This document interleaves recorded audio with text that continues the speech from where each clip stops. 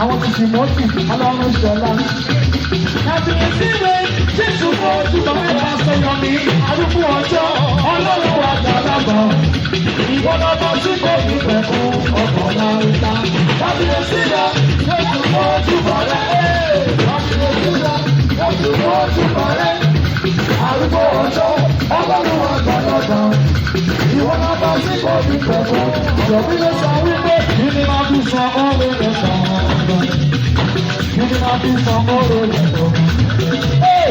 Ìdí máa fi sọ ọ́rọ̀ rẹ̀ ẹ̀mí mímọ́ yọ sí ó ìdá ọ̀pọ̀ ẹ̀dùn. Wọ́n ta tó kọ́lé sọ bẹ́ẹ̀ o. Ẹ̀ka mi kí ìbọ̀dé bọ̀ lórí. Súnmọ́súnmọ́ olúkọ tí ta ló dáná. Àwọn tí bá yọ bẹ́ẹ̀ ni o.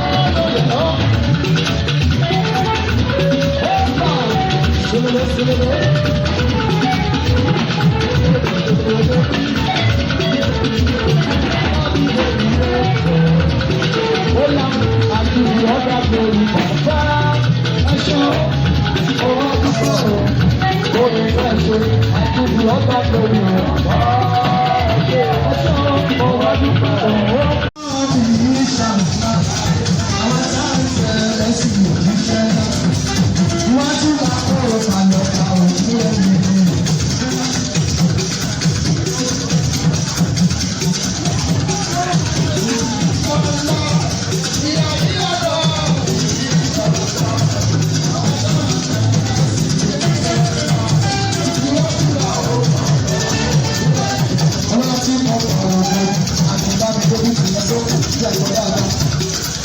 nítorí Emeka bàbá ń kúrò nítorí Emeka ọlọ́lá tí mo bá rà mí.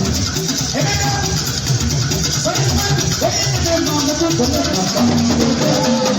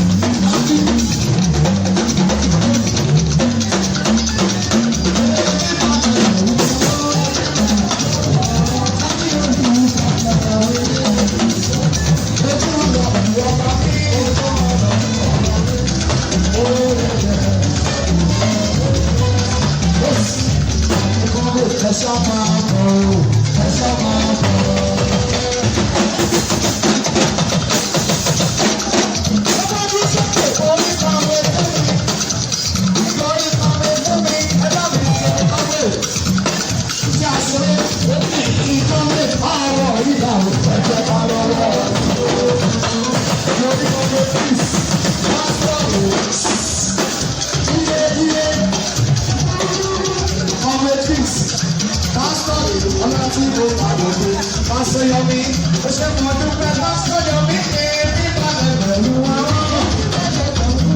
Mo ní olùbàdàn. Ètò ọ̀nà ìrọ̀lá mi lọ́wọ́. Ìṣẹ́gun lóore. Ọmọ ẹbí sì ló sáwọ́ lẹ̀wọ̀. Bàbá mi lè ọmọ ẹbí sì.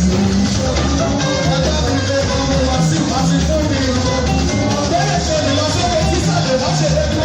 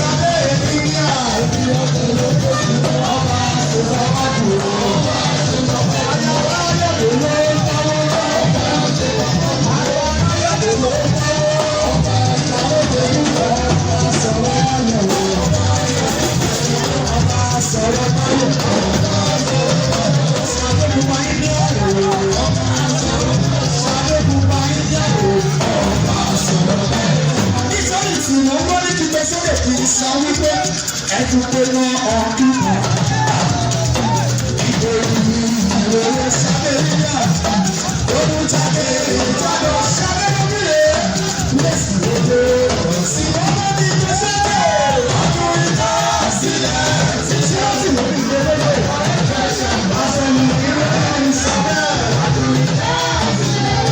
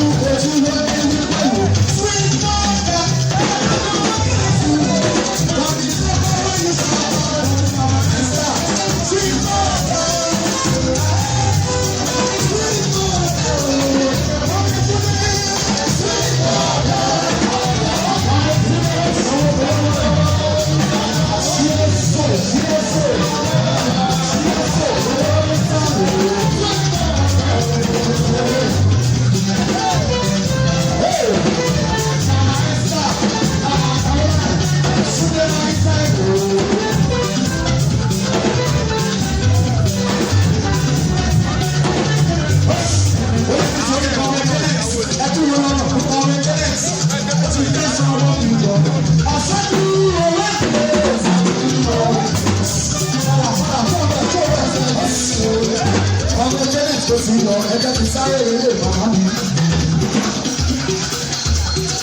Nítorí Rashidi ní àtàlà.